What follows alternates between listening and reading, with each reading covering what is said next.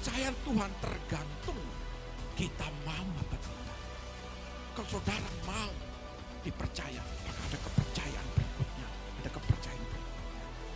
Semakin besar proses, semakin beban berat yang diberikan kepada, semakin besar kepercayaan. Semakin besar engkau diomongin orang, semakin besar engkau dihina orang, semakin besar engkau mungkin ditatap sebelah mata kepada orang lain, semakin besar engkau diberikan. Beritakan khotbah, beritakan kesaksian, komsel, ibadah raya, doa, melayani, beritakanlah. Tuhan sedih kenapa umatnya tidak menjadi yang seharusnya hari ini. Kita tidak pernah mau berubah, bahkan kejadian yang sama terulang kembali. Engkau dipakai Tuhan untuk menjadi pemdoa. Engkau dipakai Tuhan untuk menghibur orang. Engkau dipakai Tuhan untuk menguatkan orang. Ketika saudara dipercaya dalam hal itu, keajaiban terjadi.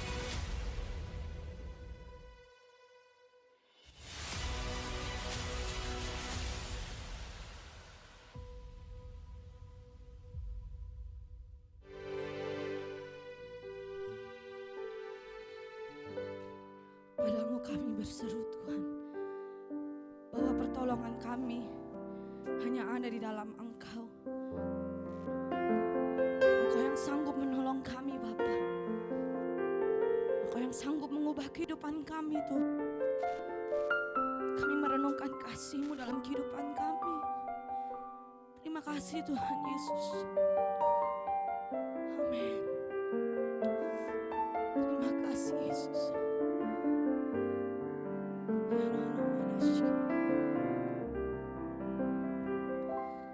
Kau Tuhan, penolong dalam hidupku. Ku percaya hanya kepadamu. Kau pegang tanganku dan tuntun langkahku. Yesus, Kau perlindunganku. Kau Tuhan, kekuatan dalam hidupku, penolongku dalam kesesakan. Kau gunung batuku dan pertahananku. Yesus, Kau kemenanganku. Yesus, padamu ku berseru. Kaulah penyelamatku. Terpujilah Kau Tuhanku. Mulutku memuji nama-Mu sepanjang umur hidupku. Terpujilah Kau Tuhanku di atas segalanya. Amin Yesus. Kau Tuhan, penolong dalam hidupku. Ku percaya hanya kepadamu. Kau pegang tanganku dan tuntun langkahku. Yesus, Kau perlindunganku. Kau Tuhan, Kau Tuhan, kekuatan dalam hidupku, penolongku dalam kesesakan. Kau gunung batuku dan pertahananku. Yesus, Kau kemenanganku. Yesus, Yesus, padamu ku berseru. Kau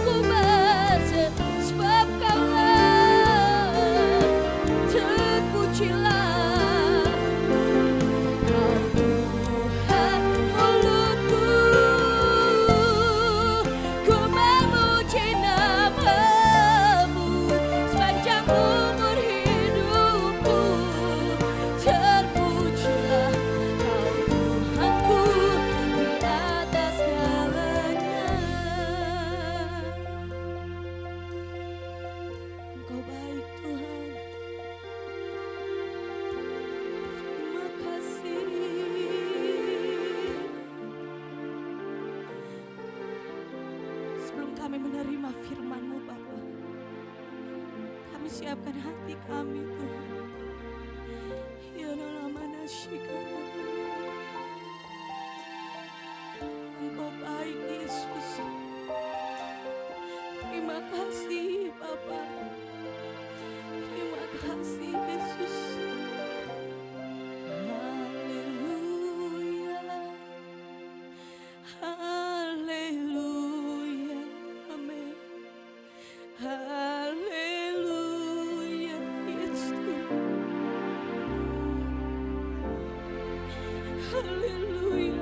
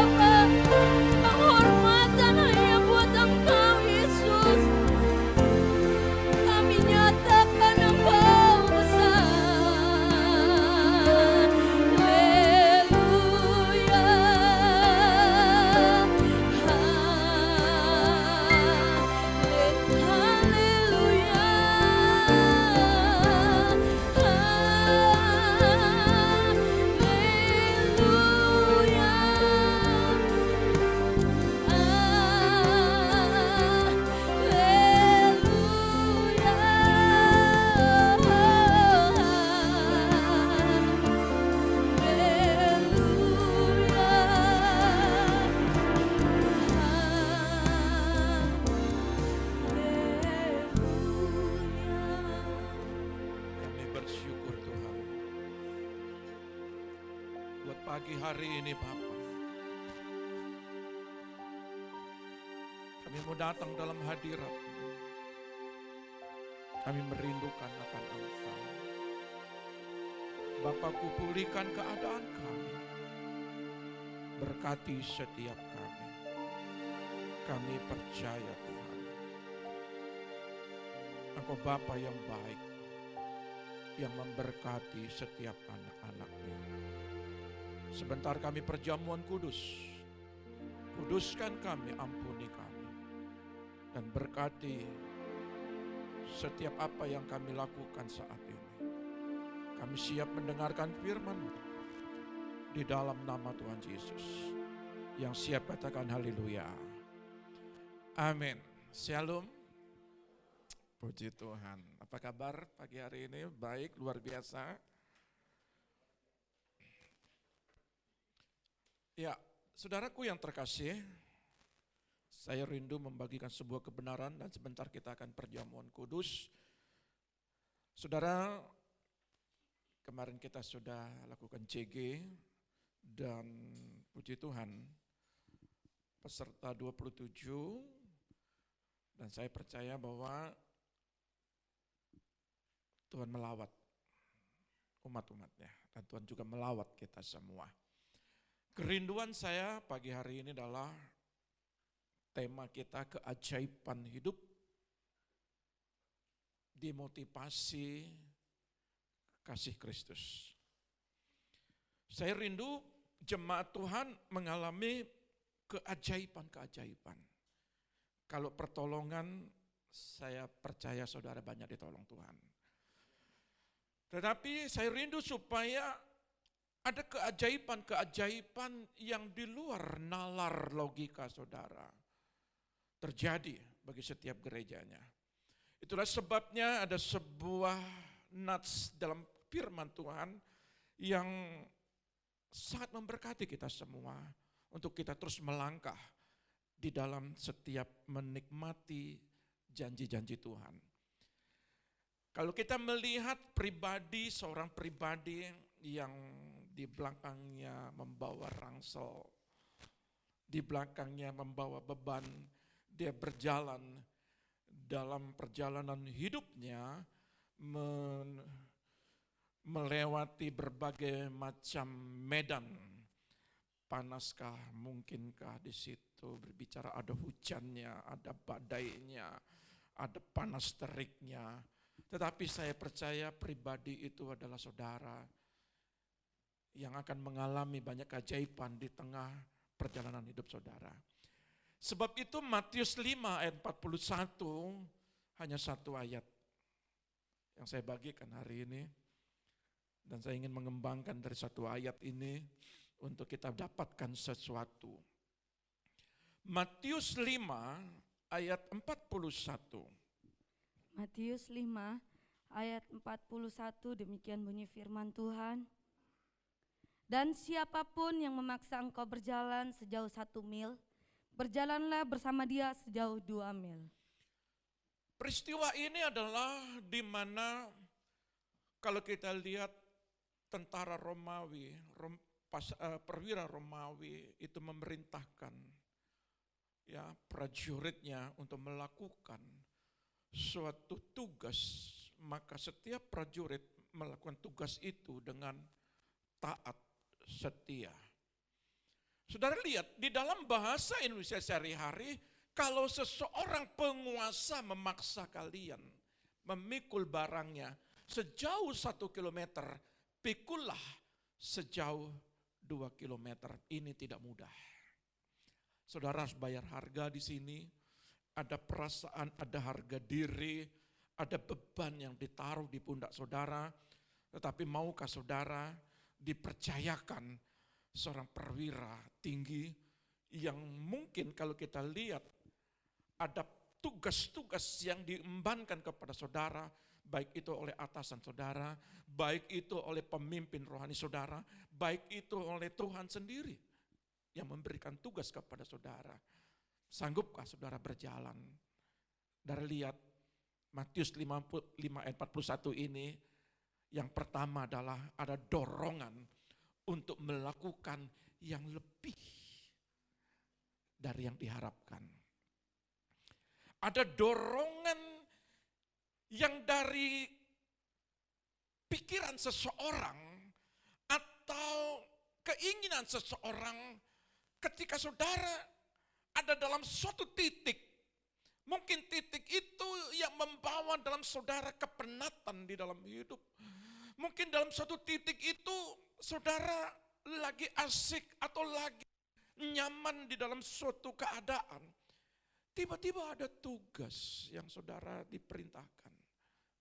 Teringat saya ketika saya menyelesaikan tugas, tugas itu harus ditulis tangan. Itu sungguh sangat berat buat saya. Pertama, tulisan saya jelek. Kedua, zaman sudah digital, masih lagi suruh tugas, buat tugas, mesti pakai tulis tangan. Dan saya harus melaksanakan, karena itu perintah. Ya, ketika saya masuk dalam dunia pendidikan, saudara lihat. Tapi itu harus kita lakukan, suka tidak suka. Saudara perhatikan, Yesus memanggil para pendengarnya untuk melakukan apa yang dia minta. Firman ini disampaikan untuk kita bukan sekedar mendengar, tetapi ada sesuatu yang diminta dari kita. Saudara lihat, mil pertama ini sering diabaikan, tetapi diperlukan dan sangat menentukan perjalanan hidupmu. Mil ini adalah, atau kilometer ini sangat menentukan. Ketika kita berjalan di dalam tugas untuk melayani, awal mula kita memang latar belakang kita, latar belakang yang tidak punya problem, yang tidak punya masalah. Tetapi ketika kita terjun di dalam dunia pelayanan, ada hal-hal yang harus ditanggalkan, ada hal-hal yang harus dilepaskan. Tetapi tahukah saudara, ketika saudara mulai melangkah, maka saudara akan dibukakan suatu rahasia-rahasia kerajaan sorga. Ketika saudara mulai berkeluarga, saudara meninggalkan ayah ibu saudara. Dan ketika saudara masuk di dalam dunia keluarga kecil, ada hal-hal kebiasaan-kebiasaan, baik dari pihak suami maupun dari pihak istri, untuk masuk dalam bahtera rumah tangga, untuk disatukan hati dan pikiran mereka. Dan mereka berjalan di dalam kehidupan, seluk-beluk, ya. Apapun yang terjadi mereka berjalan, dari bulan ke bulan, dari tahun ke tahun mereka berjalan. Tahukah saudara, ketika saudara mulai melangkah, ketika suami istri ini mulai melangkah, di situ perjalanan hidupnya dia akan menentukan bagaimana anak-anaknya ke depan, bagaimana masalah kehidupannya, rumah tangganya, masalah ekonominya, pekerjaannya, apa yang dia butuhkan. Di situ mereka mulai berjalan. Demikian juga anak-anak. Ketika anak-anak kita masuk dalam dunia pendidikan, ketika dia masuk melangkah, mungkin di dalam studinya, mungkin dia SMK, mungkin dia SMA, ya kejuruan, mungkin dia masuk dalam kejuruan IPA, IPS dan sebagainya, itu semua baik. Tetapi ketika mereka masuk dalam langkah itu, sudah mulai terbuka. Oh kalau IPA larinya ke sini, oh kalau IPS larinya ke sini, semua akan terbuka. Perjalanan pertama itu sangat menentukan bagi kehidupan saudara. Mil pertama atau kilometer pertama selalu yang paling sulit.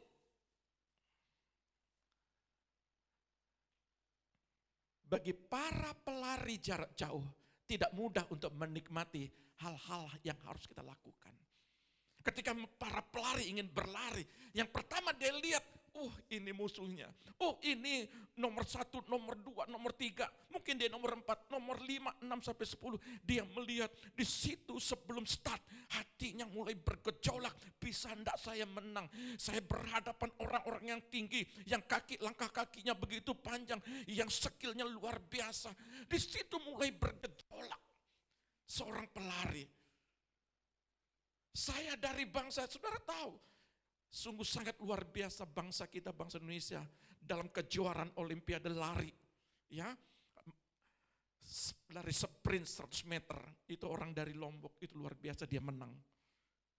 Dan lihat, tidak diperhitungkan.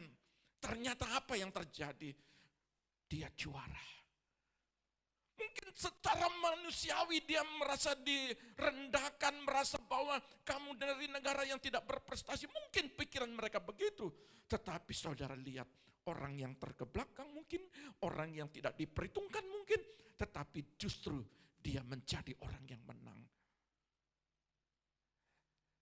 Sangat sulit. Saudara lihat, seseorang tentara Romawi datang, ya, seorang tentara Romawi datang dipanggil perwiranya dan menuntut agar dia membawa rangsel perwira itu dan berjalan sejauh 1 mil, 1 kilo. Memang perintah itu mengganggu anak itu dalam tugas rutin yang dia kerjakan, itu bukan tugasnya. Tetapi ketika dipercayakan, dia ambil tugas itu. Dan lihat, tapi dia tidak punya pilihan. Pada waktu dia mendekati mil pertama, ransel itu diletakkan. Dan dia kembali ke rumah. Karena sudah tugas. Diperintahkan 1 kilometer, 1 mil, lalu dia taruh rangsel itu. Tetapi pada saat itu, prajurit itu mengajukan diri untuk bekerja lebih jauh lagi sepanjang jalan. Dia dengan senang hati berjalan. Ingat, dia dengan senang hati berjalan untuk mil berikutnya. Untuk kilometer berikutnya. Dia menawarkan diri pada para perwiranya. Bagaimana kalau saya membawa 1 mil berikutnya lagi, kasih tugas kepada saya.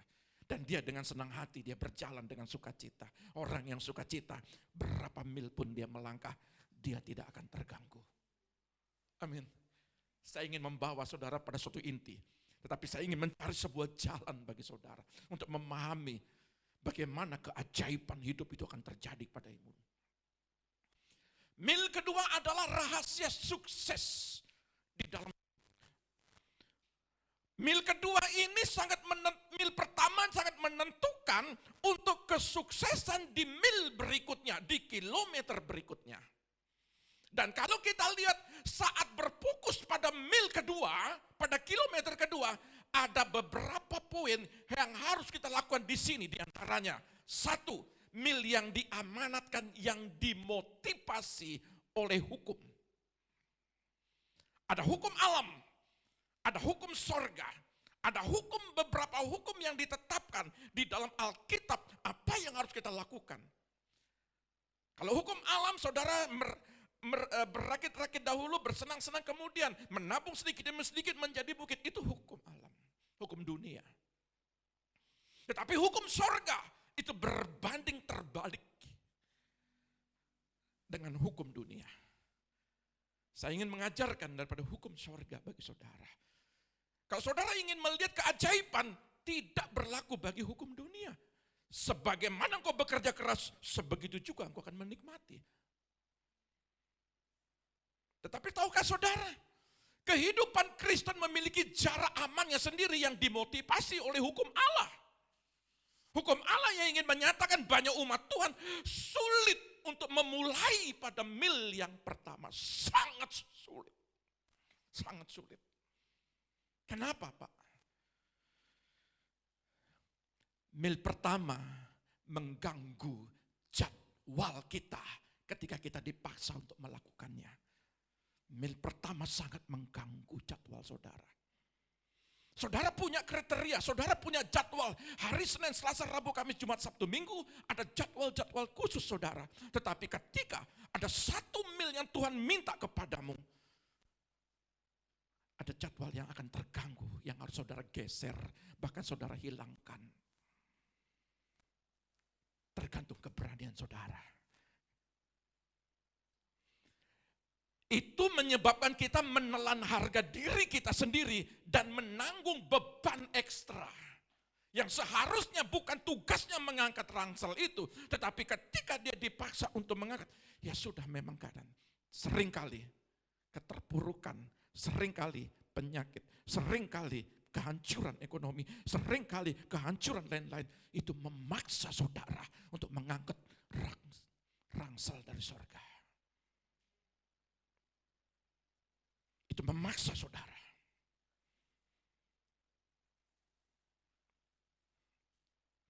Demikian juga seringkali bagian tersulit dari kehidupan Kristen adalah memulai langkah pertama. Ketika kemarin tentang CG, langkah pertama itu terkadang juga masih ada yang sulit untuk terbuka. Itu langkah pertamamu. Berlaku hampir semua hal dalam hidup. Pertama, membaca kitab suci dan berdoa. Buka ayat, sulit sekali. Buka firman, berat sekali. Tetapi kalau saudara sudah baca, saudara contoh, baca kitab Kejadian sampai Wahyu. Mulai dari Kejadian, berat baca Alkitab mulai Kejadian. Tetapi kalau sudah di kitab Petrus, kitab apalagi Ibrani, aduh sebentar lagi Wahyu, ringan dia. Tapi coba kalau kita Kejadian, belum lagi imamat. Apa ini imamat? Apa ini bilangan, ulangan? Waduh enggak ngerti saya. Berat. Tetapi ketika saudara mulai membaca Alkitab itu, sedikit demi sedikit, saudara akan menikmati sama dengan prajurit itu. Dia membawa rangsel. Dalam 100 meter pertama, 200 meter pertama, 300 meter pertama, terus sampai 1 kilo. Ternyata setelah 1 kilo saya selesai, saya menikmati. Oke, saya baca dari Matius sampai Wahyu lagi. Kejadian sampai Malaki sudah selesai. Saya mau baca lagi Tuhan. Kalau saudara lakukan itu, saudara akan menikmati. Berdoa juga demikian. Doa pagi sulit buat saudara. Ayo, jujur saya juga pernah mengalami hal yang sama. Bangun pagi jam 4, jam 5. Sulit, berat sekali. Tetapi ketika kita mulai melangkah, Pak, kenapa tidak ada doa paginya? Ditanya karena sudah keasikan mereka. Betul ya? Tetapi kalau memang ini memang perlu belajar kita untuk melangkah. Dan lihat, meninggalkan kebiasaan buruk itu, langkah awal itu sulit sekali. Contoh judi, daya tariknya itu kuat sekali. Ketika saudara ketemu teman-teman, aduh, sisa 100.000 sayang untuk makan. Tapi ketika saudara dikasih 2 juta, aduh 2 juta, 1 juta di rumah, 1 juta pakai main. Itu daya tariknya kuat sekali. Apapun kebiasaan buruk, marah. Saya mau berusaha tidak marah. Tetapi ternyata saudara beli sesuatu. Suatu ketika ada mobil seorang anak. Mobil baru. Lalu bapaknya lihat setiap pagi dicuci. Setiap pagi betul-betul diperhatikan, disayang itu mobil karena mobil baru. Terus anaknya melihat dari jauh bapaknya ngelap. Bapaknya bersihkan. Waduh, habis itu dia ngelihat lagi ke rumah, ke dalam. Dia lihat ibunya betapa rajinnya di dapur. Dan dia lihat ada baskom, ada penggorengan yang pakai kayu bakar hitam, ya, gosong. Lalu ibunya dia lihat. Dia bersihkan lagi, mengkilat lagi. Suatu ketika bapak saya ini rajin dan dia datang pagi-pagi. Bapaknya kecapean, ya, dia datang pagi-pagi ke garasi bapaknya. Dan dia lihat, kalau mama saya panci hitam saja bisa bersih, ya, dengan sabut daripada besi ini. Bagaimana kalau mobil papa saya ini akan semakin bersih lagi. Dan dia gosok itu, dia lap itu. Karena apa? Dia punya kerinduan untuk membantu bapaknya.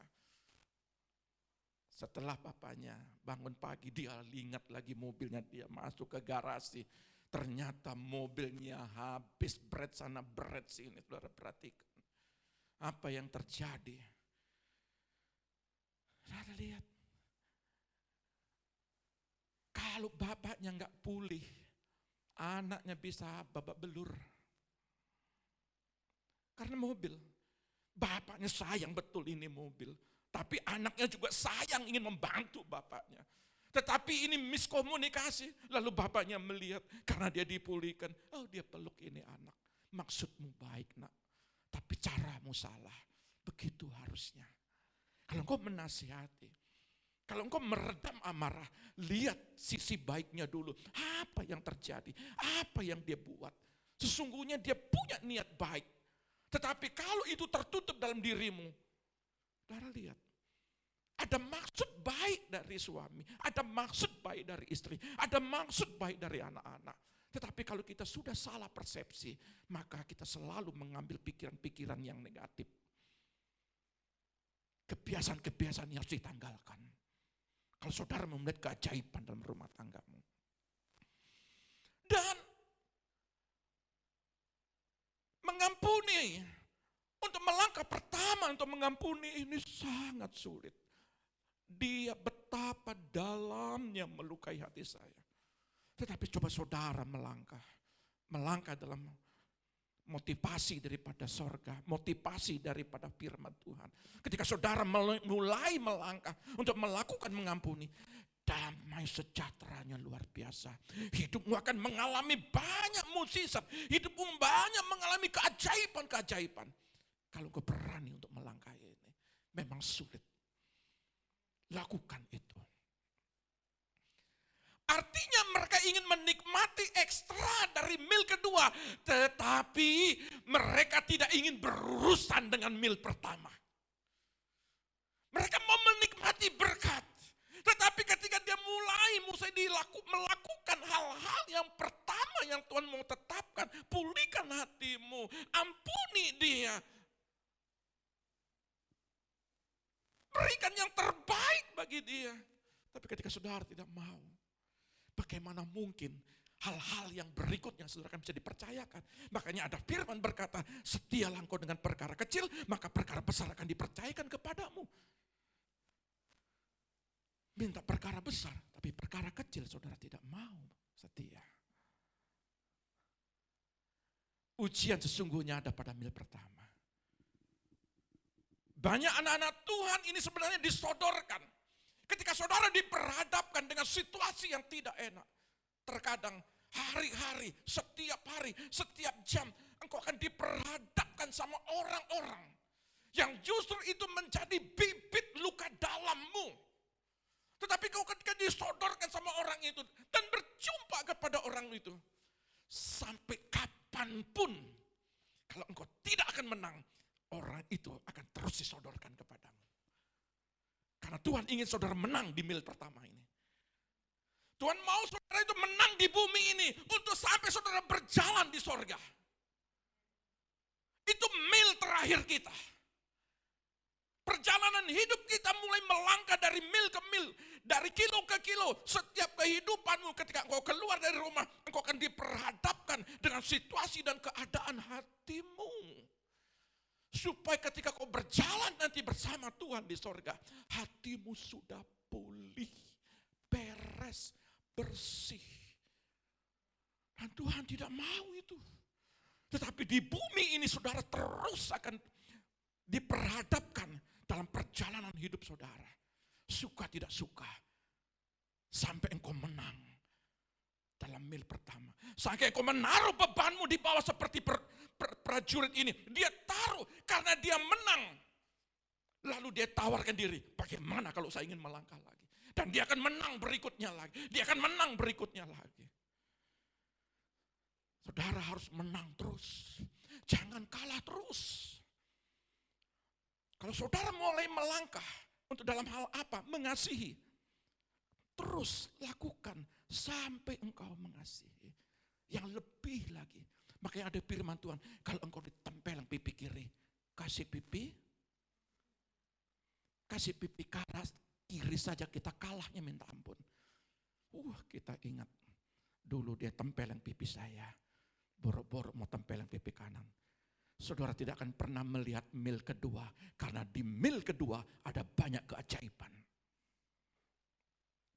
Kepercayaan Tuhan tergantung kita mau apa tidak. Ini bicara kepercayaan. Ini berbicara tugas. Tuhan kasih gambaran bagi perwira Romawi ini adalah gambaran bagi saudara. Kalau saudara mau dipercaya, maka ada kepercayaan berikutnya. Ada kepercayaan berikutnya. Saudara akan diberikan itu. 2. Keajaiban mil kedua yang dimotivasi dengan cinta. Saudara, ini adalah keajaiban mil yang memisahkan keegoan kita. Memisahkan harga diri kita. Dan kalau kita perhatikan dibutuhkan keberanian untuk menanggalkan kepentingan diri sendiri. Ketika barang saudara diambil. Dan barang itu tidak berharga di hadapanmu. Tuhan kadang-kadang sodorkan dalam hidupmu barang yang tidak berharga. Ketika itu terhilang daripadamu, bagaimana hatimu? Macam-macam. Ada yang, itu paling murah, besok saya beli lagi. Bisa. Ada juga yang berpikiran begini, oh dia membutuhkan, sudahlah kasih. Mungkin dia membutuhkan. Ya, saya juga butuh, tetapi mungkin mereka membutuhkan, oke saya kasih. Yang ketiga ada lagi, enak sekali. Saya susah payah untuk mendapatkan, diambil lagi. Saudara dongkol minta ampun. Dan saudara berusaha untuk mengambilnya kembali. Padahal itu barang tidak berharga. Ada yang keempat. Yang keempat adalah saudara mengambil dengan pakai marah-marah. Tidak tahu diri. Selalu minta saja. Dan saudara marah di situ. Saudara lihat. Itu baru barang tidak berharga. Saya akan masuk dengan barang berharga itu darah Kristus. Dia berikan dengan cuma-cuma. Dan dia tidak ambil lagi. Dia berikan sampai menetes di Gua Tengkorak. Di Bukit Tengkorak. Dia berikan dengan tuntas. Tetapi ketika kita disodorkan di dalam mil pertama dengan barang-barang berharga. Terkadang barang-barang yang sangat berharga. Harta bendamu mungkin ditipu orang, diambil orang. Segala sesuatu yang sampai engkau dibuat nol. Bagaimana hatimu? Kalau di situ hatimu sangat rusak. Kalau di situ hatimu kecewa. Saudara tidak akan pernah melihat mil kedua. Karena Tuhan kadang-kadang sodorkan seperti Ayub. Diambil harta bendaan satu hari. Diambil anak-anaknya dalam satu hari. Kesehatannya pun diambil dalam satu hari. 3 kejadian. Dan Ayub sampai 42 pasal. Baru dia dikembalikan semua. Kalau dia sadar betul. Bisa-bisa di 20 pasal dia selesai. Tapi Ayub gak sadar-sadar. Maka 42 pasal baru tuntas. Saya berharap di mil pertama ini saudara cakap dalam setiap keadaanmu. Setiap situasi dan keadaan yang disodorkan, yang mengalami kejadian, saudara harus lihat sisi baiknya. Mungkin ada sisi buruknya yang kau alami, ada suatu ketidakadilan, ada sesuatu yang terhilang, ada sesuatu yang diambil daripadamu. Tapi kalau engkau lihat mil kedua, di situ jauh lebih banyak yang Tuhan percayakan. Terkadang di mil pertama engkau banyak kehilangan. Harga dirimu dihancurkan, dijelekkan, difitnah orang. Kadang diomongin orang, enggak lewat Instagram mungkin, enggak mungkin lewat WA mungkin lewat media-media lain. Engkau mungkin merasa, kenapa kok saya diomongin, kenapa kok saya dijelekin, padahal saya tidak pernah melakukan apa-apa. Berbahagialah. Karena engkau berjalan dalam ujian di mil pertama itu. Jangan marah, berkati dia. Kalau ayat sebelumnya dia katakan, berkati orang yang menganiaya kamu. Berkati dia. Kalau dia lapar, beri dia makan. Ayat sebelumnya. Menanggalkan kepentingan diri sendiri.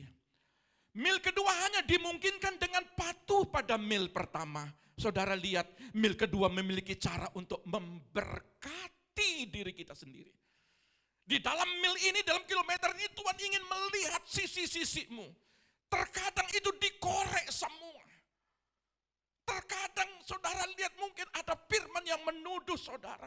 Mungkin ada firman yang mengorek diri saudara. Mungkin ada firman yang sebenarnya terlalu keras bagi saudara. Saudara lihat, nikmati. Sama seperti prajurit ini. Dia nggak tahu. Awal mulai bukan tolong lagi. Hai prajurit, bawa rangsel itu. Dia nggak tahu isi rangsel itu apa. Ringan apakah berat. Memang awal mulanya saudara dipaksa. Sama seperti seseorang yang dipaksa untuk apa? Untuk membawa salib Yesus. Ya, dipaksa. Bawa salib Yesus. Dan orang itu, dia bawa sampai Golgota. Saudara tahu, terkadang saudara harus dipaksa di awal pertama. Tetapi ketika saudara menikmati, saudara akan betul-betul menikmati dengan luar biasa. Seseorang yang melakukan perjalanan di keajaiban mil kedua memiliki cara untuk meringankan beban orang-orang di sekitar mereka. Itu caranya. Dan seseorang tidak dapat melakukan perjalanan sejauh 1 mil tanpa mempengaruhi orang lain. Saya kasih contoh begini. Hanya butuh 1 mil waktu di rumah untuk mengubah keluarga. Hanya 1 mil. Sanggupkah engkau mengubah keluargamu? Sanggupkah engkau mengubah suamimu? Sanggupkah engkau mengubah istri dan anak-anakmu? Dibutuhkan mil pertama untuk terjadi perubahan. Dan mil ini juga dikatakan hanya perlu 1 mil waktumu di tempat kerja. Hanya 1 mil waktumu di sekolah, di pelayanan untuk mengubah orang lain. Memang terkadang itu mengganggu jadwalmu. Memang itu terkadang mengganggu kejamananmu. Tetapi maukah engkau dikasih beban di dalam rangsal itu berkas surgawi? Kalau saudara mau. Lukas 10 ayat 30 sampai 37.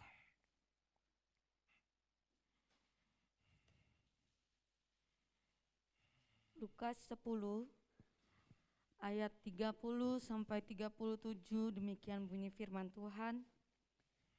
Jawab Yesus, adalah seorang yang turun dari Yerusalem ke Yeriko.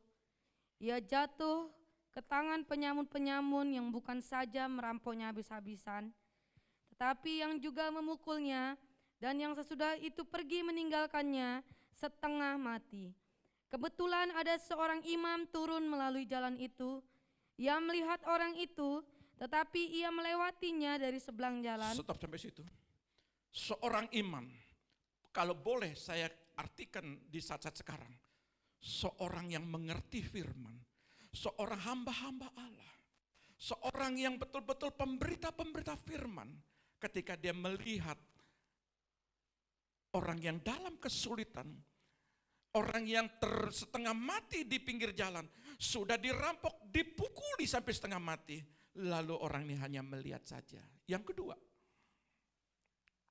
demikian juga seorang Lewi datang, seorang anak-anak Tuhan, pelayan-pelayan Tuhan, terus ke tempat itu. dia datang ke tempat itu.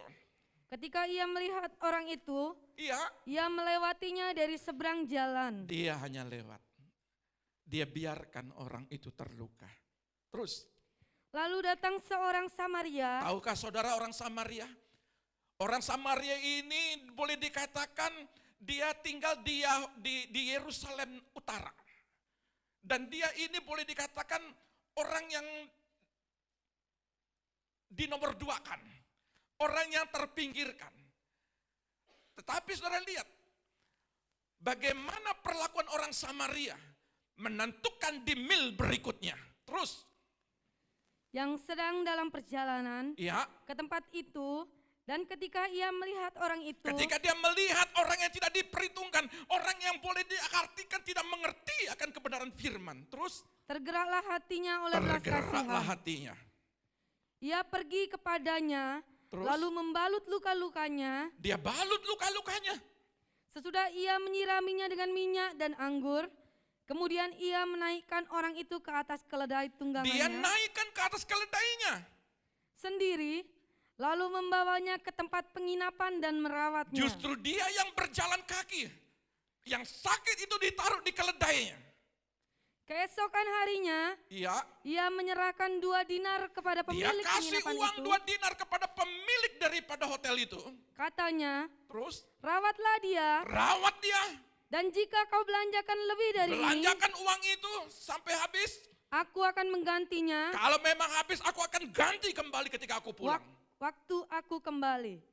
Siapakah di antara ketiga orang ini? Tuhan tanya kepada saudara, siapa dari antara ketiga itu Menurut pendapatmu, menurut pendapatmu adalah sesama manusia dari orang yang jatuh ke tangan penyamun itu?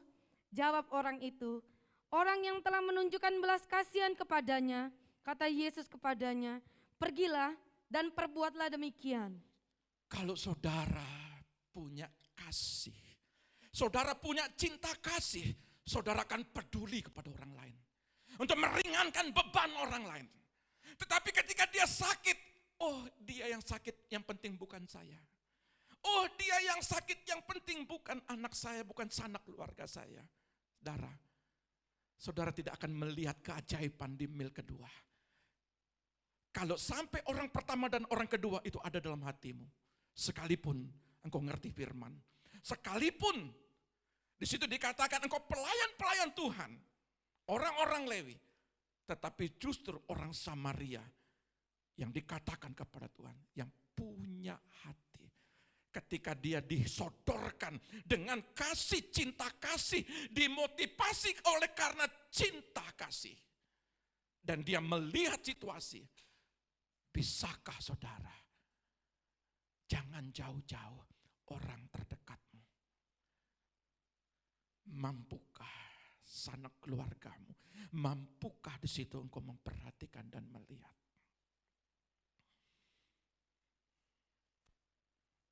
Lakukanlah. Yang ketiga, keajaiban mil kedua dimotivasi oleh kasih Kristus. Dari lihat, mil kedua adalah mil yang ditempuh Tuhan kita sendiri. Dia tahu jalan dengan sangat baik dan kasihnya yang membawanya menempuh perjalanan yang ajaib menuju salib. Dia melakukan perjalanan 1 mil pertama. Dia melangkah keluar dari sorga dan menjadi manusia. Dan dia lahir di kandang domba. Secara manusia mungkin harga diri. Secara manusia kok menderita sekali sih Tuhanmu. Tapi saudara tidak tahu.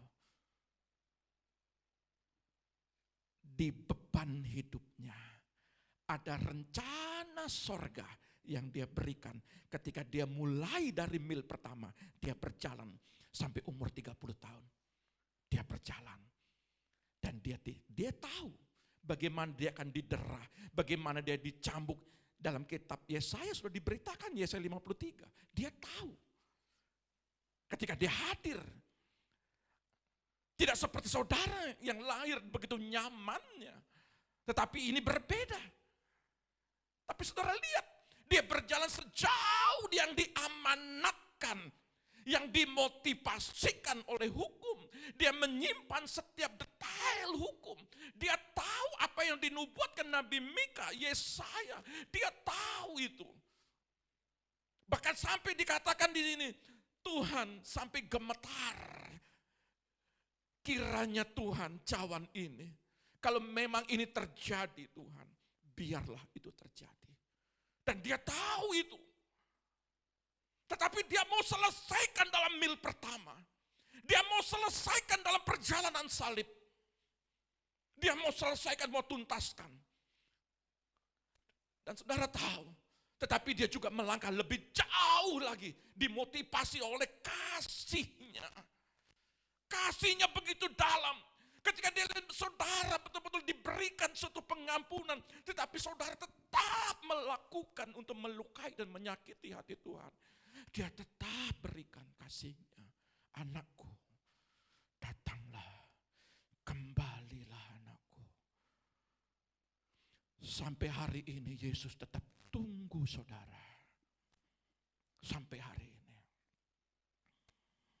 Itu kasih Tuhan. Dia sedang berjalan terus. Dari lihat. Aku mengasihimu dan aku akan berjalan bersamamu. Tetapi banyak dari kita maunya pergi dengan cara kita sendiri. Kalau memang satu-satunya jalan seperti perwira itu, sama seperti Simon dari Kirene. Kalau memang satu-satunya cara untuk engkau dibawa, ditarik oleh perwira pasukan Romawi untuk memikul salib Yesus, kalau memang itu satu-satunya cara, kalau memang satu-satunya engkau dibuat nol dalam segala aspek, kalau memang itu satu-satunya cara, maka Tuhan akan lakukan. Karena Dia mengasihi saudara. Anak yang kukasih kutegur, bahkan kuhajar. Jangan sampai apa yang sudah engkau bina, apa yang sudah engkau pelihara, apa yang sudah engkau jaga, dibuat nol. Baru di situ kita sadar. Jangan biarkan itu terjadi. Tapi nikmatilah sama seperti prajurit ini. Aku akan menikmati karena aku percaya. Semakin besar proses, semakin beban berat yang diberikan kepadaku, semakin besar kepercayaan. Semakin besar engkau diomongin orang, semakin besar engkau dihina orang, semakin besar engkau mungkin ditatap sebelah mata kepada orang lain, semakin besar engkau diberkati. Datanglah yang menjelekkan kami. Datanglah yang ngomongin kami. Begitu. Jadi jangan marah kalau itu terjadi kepadamu. Kenapa? Karena saudara lihat ada semakin besar kepercayaan apa ya yang akan diberikan kepada saya. Begitu. Maka saudara akan menikmati. Tapi kalau saudara tidak menikmati, saudara marah, maka saudara tidak akan melihat keajaiban kedua. Saudara tidak akan bisa melihat itu. Amin. Amin ya. Haleluya. Kemudian dia berkata, aku akan pergi sejauh 2 mil. Itu membawa dia ke salib di mana dia menanggung beban bukan dari rangsel tentara Romawi, tetapi dari dosa kita sendiri. Itu dia bawa. Kalau dia tidak lihat saudara, ngapain Sodom dan Gomora, air bah zaman Nuh, terus banyak hal dilakukan di pembuangan 70 tahun, tidak bisa membuat bangsa Israel bertobat. Lalu apa yang dilakukan? Lalu Bapa suatu rancangan yang besar menghadirkan anaknya di muka bumi. Dan dia apa? Anakku, ketika engkau ada di, ini tidak ada Alkitab ayatnya, tapi saya membuat sebuah kata-kata dramatis. Artinya begini, anakku, ketika engkau melihat orang buta, di situ engkau hadir dan orang buta melihat. Ketika engkau melihat 5.000 orang kelaparan, di situ engkau hadir dan engkau memberikan buah makanan. Terjadi mukjizat. Ketika engkau melihat orang mati, di situ engkau membangkitkan dia seperti Lazarus. Dan saudara lihat, dan ketika engkau melihat salib, bagaimana sikapmu? Dia dengan tegas, karena dia melihat saudara. Dia melihat saudara yang tidak bisa dipulihkan dari banyak cara. Mulai dari kitab Kejadian. Banyak cara untuk memulihkan anak-anak Tuhan, umat-umat Tuhan. Tetapi mereka tidak bisa dipulihkan lagi, tidak mau dipulihkan. Tetapi Tuhan hadir.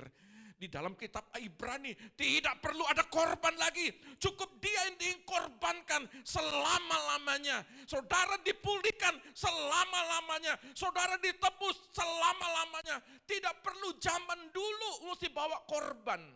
Cukup dengan darah Kristus. Kalau orang miskin harus bawa 5 merpati. Kalau orang menengah harus bawa domba. Kalau orang kaya bawa lembu. Minta pengampunan, bawa korban. Kalau sekarang tidak perlu lagi, bawa hatimu.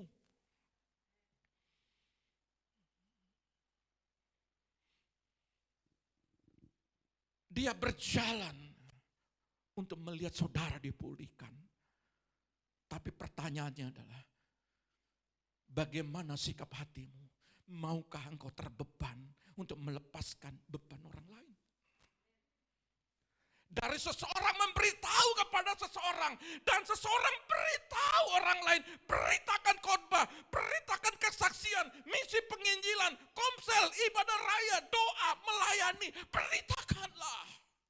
Itu mil pertamamu. Untuk engkau mencapai mil kedua di sorga. Tetapi di mil pertama engkau tidak sanggup.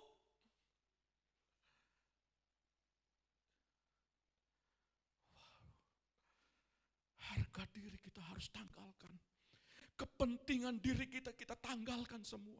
Kalau dia tanggalkan yang di sorga untuk datang di kandang domba. Untuk saudara, kenapa tidak saudara tanggalkan kepentingan saudara untuk kepentingan dia?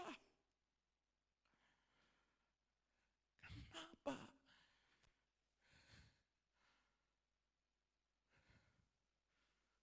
Lakukan.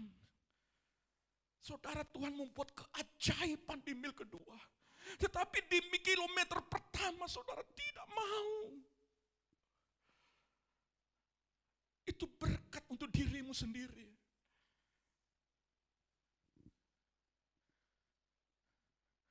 Banyak orang tidak mau memikul berkas-berkas sorga yang ditaruh di pundaknya. Saudara lihat, Tuhan sedih kenapa umatnya tidak menjadi yang seharusnya hari ini. Kita tidak pernah mau berubah. Bahkan kejadian yang sama terulang kembali. Seperti peristiwa di Golgota. Terulang kembali. Dan lihat Lukas 23 ayat 34, 35. Apa yang Tuhan sedihkan dalam hidupmu? Lukas 23 ayat 34 sampai 35, demikian bunyi firman Tuhan.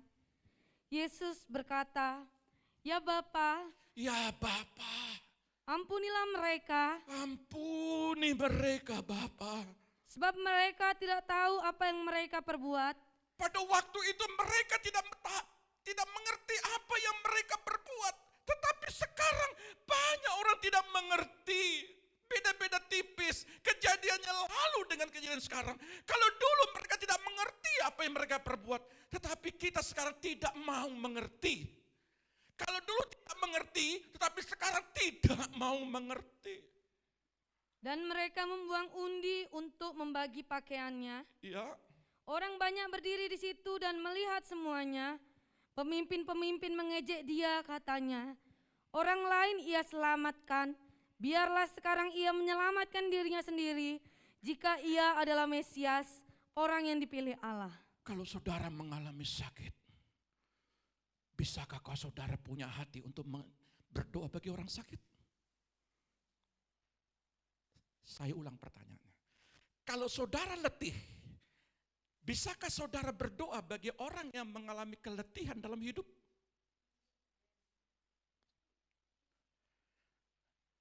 Kalau saudara tidak punya duit, lalu saudara memberkati orang yang tidak punya duit. Itu mil pertamamu.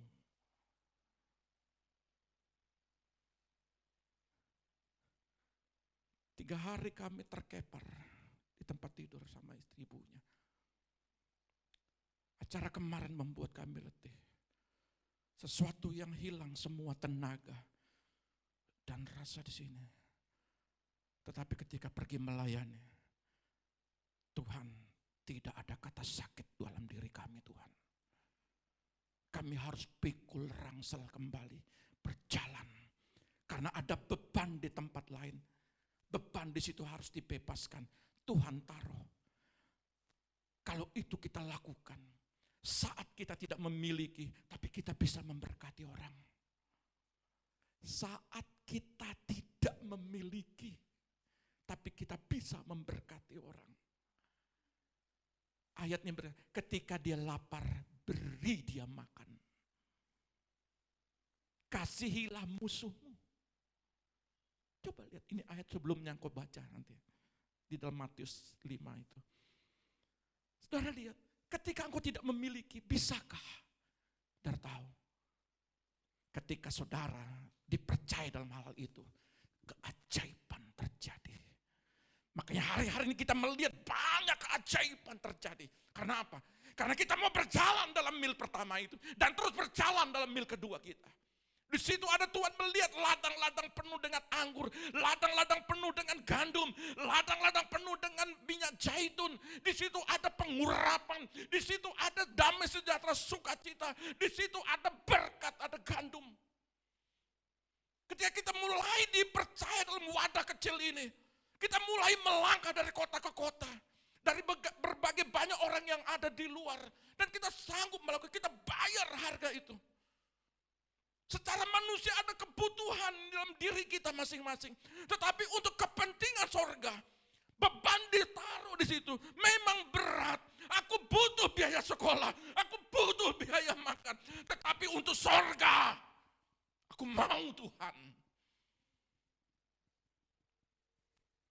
Maka kau akan dipercaya, akan dipercaya, akan dipercaya, dipercaya, dan dipercaya. Saat kita menghafal Matius 5 ayat 41, coba renungkan cara-cara apa yang dapat kita lakukan hari ini. Berjalanlah. Mencerahkan jalan dan meringankan beban orang lain. Engkau dipakai Tuhan untuk menjadi pendoa. Engkau dipakai Tuhan untuk menghibur orang. Engkau dipakai Tuhan untuk menguatkan orang. Stop gosip. Berhenti bicarakan orang lain. Berhenti. Tapi di situ engkau hadir untuk membangun spirit. Membangun semangat orang. Yang patah, yang betul-betul tergeletak, yang terkulai. Engkau bangkitkan semangatnya dia.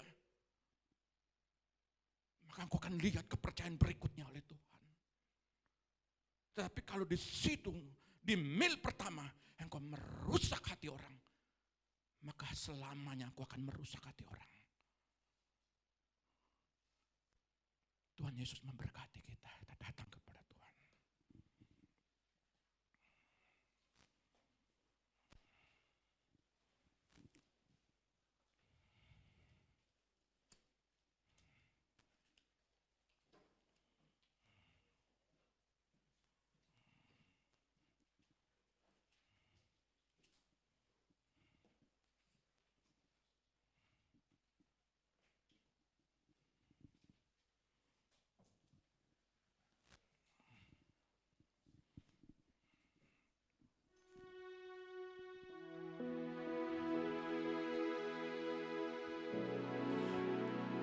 Dalam mati dan tinggalkan Ampuni hamba-Mu Tuhan.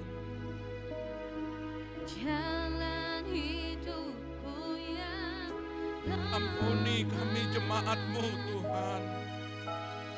semuanya sia-sia dan tak berarti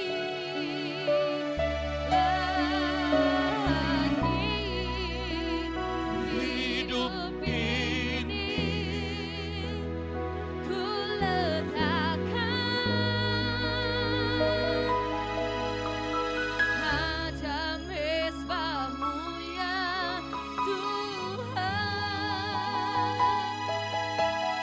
Jadilah padaku seperti yang Kau ingini. Kalau saat ini kami bisa melayani-Mu Tuhan, itu adalah kebahagiaan bagi kami. Bukan dengan barang fana, Engkau telah menebus kami Tuhan. Kau membayar dosa. Engkau memulihkan kami, mengampuni kami Tuhan. Dengan cara yang mahal. Kami akan hargai dan hormati Engkau Tuhan. Tiada noda dan celah, bukan dengan emas perak. Kau menebus diriku.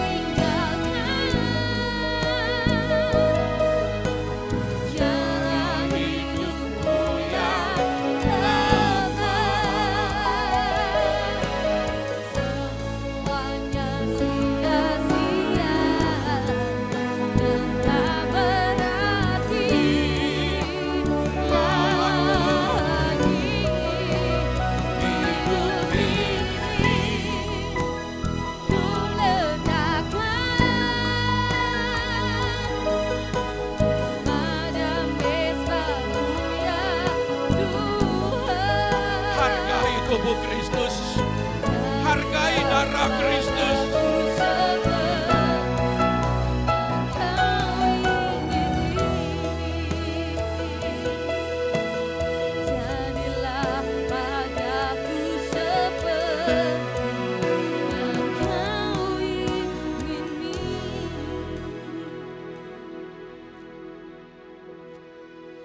Ampuni kami Tuhan. Kalau selama ini kami mengecewakan hati-Mu Tuhan. Kalau selama ini banyak hal yang Kau berikan kepada kami. Dan kami tidak menjaga kepercayaan itu Bapa. Ampuni setiap kami Tuhan. Saat ini Tuhan, apapun Tuhan, untuk kepentingan keselamatan umat-umat-Mu yang terhilang, pakai setiap kami Tuhan menjadi alat-Mu. Pakailah setiap kami Tuhan untuk memulihkan orang lain. Pakailah setiap kami Tuhan untuk berdoa bagi orang lain Tuhan. Pakailah kami menjadi berkat Tuhan bagi orang lain Tuhan. Pakai kami, ini kami hamba-Mu. Ini pakai kami anak-anak-Mu Tuhan. Dengan tubuh dan darah-Mu kami hargai. Betapa banyak Engkau sudah berkorban bagi kami. Inilah saatnya kami berikan yang terbaik bagi-Mu. Angkat tinggi-tinggi tubuh dan darah Kristus. Dengarkan firman Tuhan. Sebab apa yang telah kuteruskan kepadamu, telah aku terima dari Tuhan, yaitu bahwa Tuhan Yesus pada malam waktu ia diserahkan mengambil roti, dan sesudah itu ia mengucap syukur atasnya. Ia memecah-mecahkannya dan berkata, inilah tubuhku yang diserahkan bagi kamu. Perbuatlah ini menjadi peringatan akan aku. Demikian juga ia mengambil cawan sesudah makan lalu berkata, cawan ini adalah perjanjian baru yang dimateraikan dalam darahku. Perbuatlah ini setiap kali kamu minumnya menjadi peringatan akan aku. Sebab setiap kali kamu makan roti ini dan minum cawan ini, kamu memberitakan kematian Tuhan sampai Dia datang. Bukankah roti yang kita pecah-pecahkan adalah persekutuan dengan tubuh Kristus? Katakan amin. Mari kita makan dalam nama Bapa, Putra dan Roh Kudus, dalam nama Tuhan Yesus.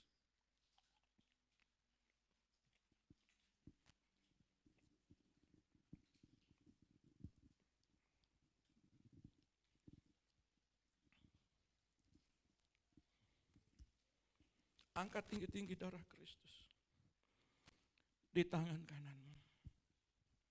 Kinala rabaya sakatakala raba. Kinala rabaya sakatakala raba. Dengarkan firman Tuhan.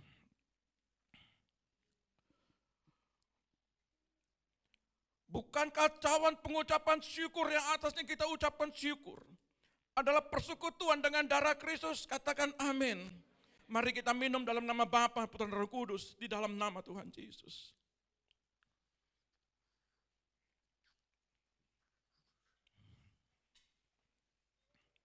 Mari silakan duduk.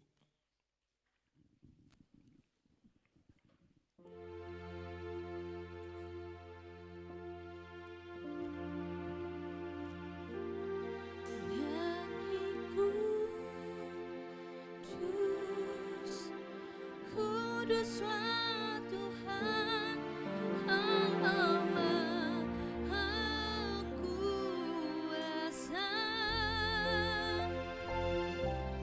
Nyanyi kudus,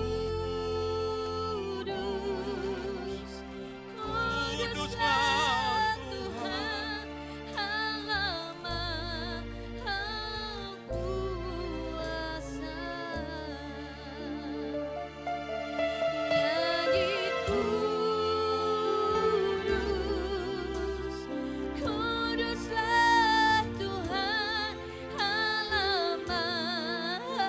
Pakailah semua kami Tuhan.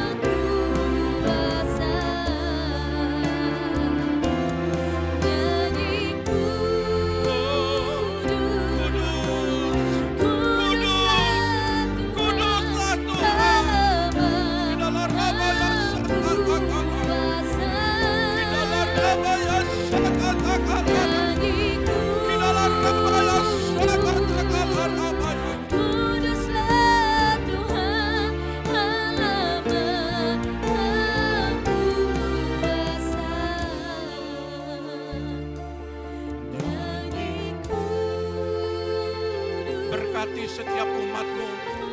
Berkati setiap gereja-Mu Tuhan. Mampukan mereka, kuatkan mereka Tuhan. Mampukan mereka Tuhan, pakai mereka semua. Haleluya Tuhan.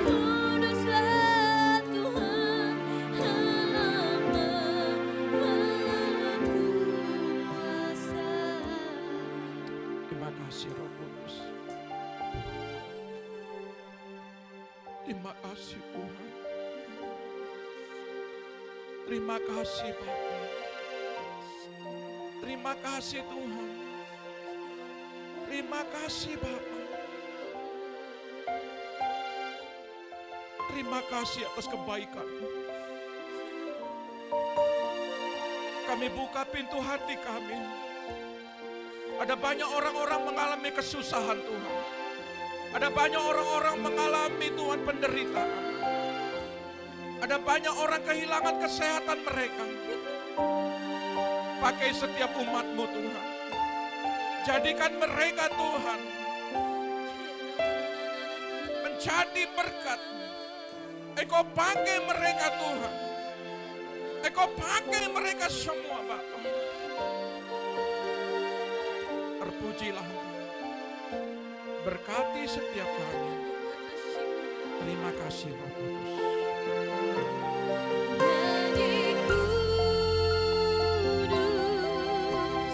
Kuduslah Tuhan, halaman kuasa. Nyanyi kuduslah Tuhan, halaman nyanyi kudus, nyanyi kuduslah Tuhan, halaman kuasa, sebab Kau kudus, nyanyi kuduslah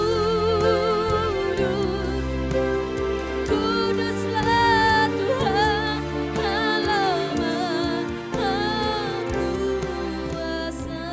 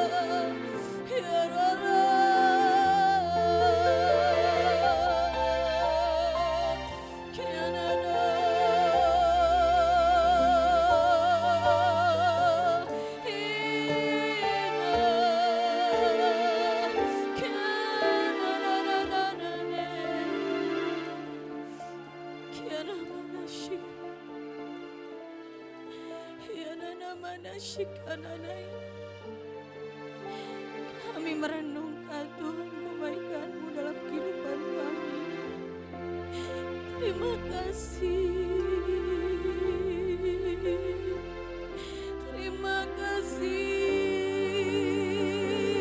Yesus. Kami merasakan Engkau ada bersama kami Tuhan. Engkau kudus.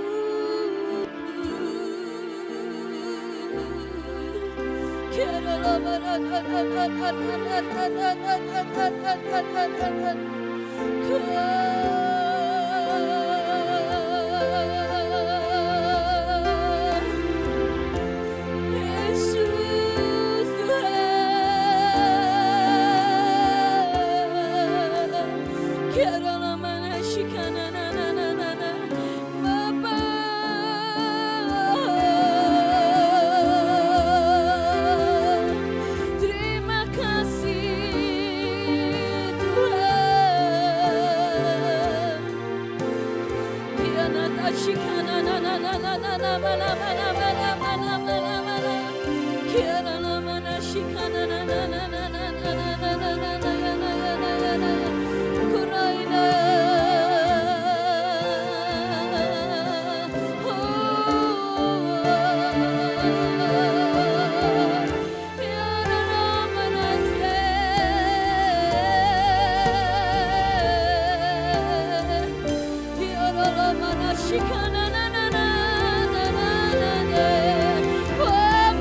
Mengalir kuasa-Mu, terima kasih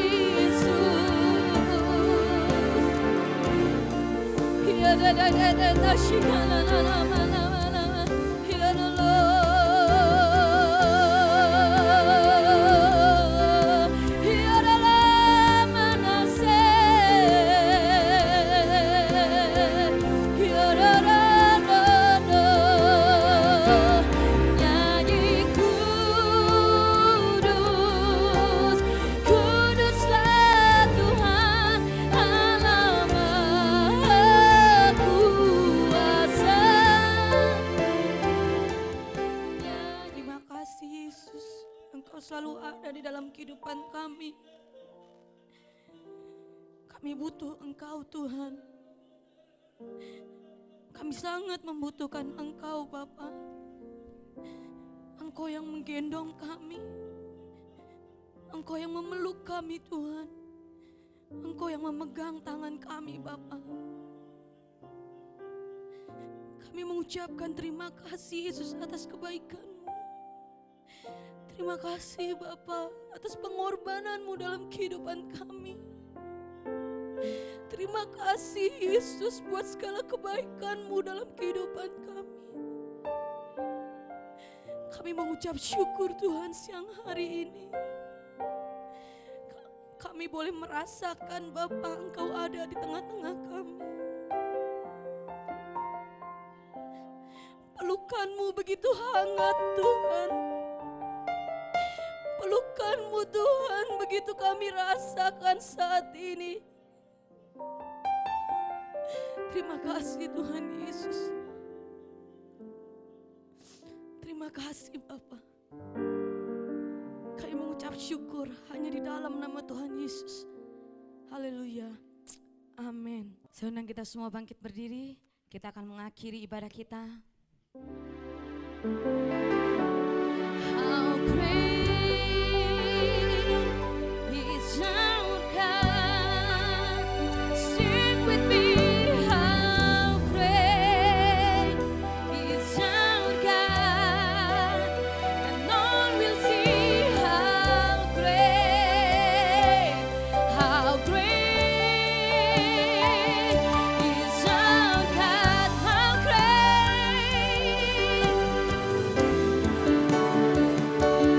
How great is our God. Sing with me. How great is our God. And all will see how great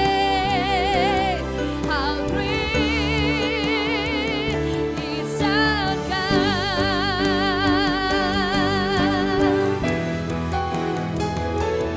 How great is our God. Sing with me. How great is our God. And all will see how great is our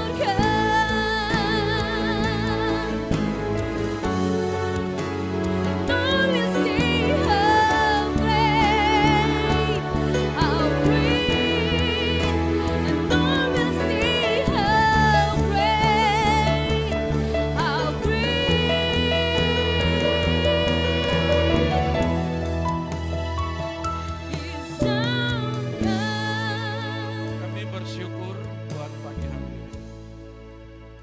Bapakku, terima kasih atas semuanya. Sepanjang hidup kami mau menyenangkan hati-Mu. Pakai anak-anak kami, pakai keluarga kami, Pakai setiap kehidupan kami menjadi alat-Mu yang mulia. Engkau membentuk kami menjadi emas. Emas yang murni, yang dipakai oleh tuannya, berguna bagi yang lain. Inilah bejana-bejana-Mu Tuhan. Terima kasih Bapa. Akhir daripada ibadah ini semua campur tangan-Mu. Berkatilah setiap kami. Angkat kedua belah tangan-Mu, terimalah berkat daripada Bapa Sorgawi. Diberkatilah keluarga-Mu. Diberkatilah anak-anak-Mu. Diberkatilah kesehatan-Mu. Diberkatilah pendidikan anak-anak-Mu. Diberkatilah lumbung-lumbung-Mu. Apa yang Kau kerjakan lewat tangan-Mu akan dibuat berhasil. Setiap kaki-Mu melangkah, Tuhan selalu memberkatinya. Diberkatilah Engkau di bumi. Diberkatilah Engkau juga di sorga. Dalam nama Bapa, Putra dan Roh Kudus, dalam nama Tuhan Yesus, yang diberkati Tuhan katakan haleluya. Amin. Tuhan Yesus memberkati.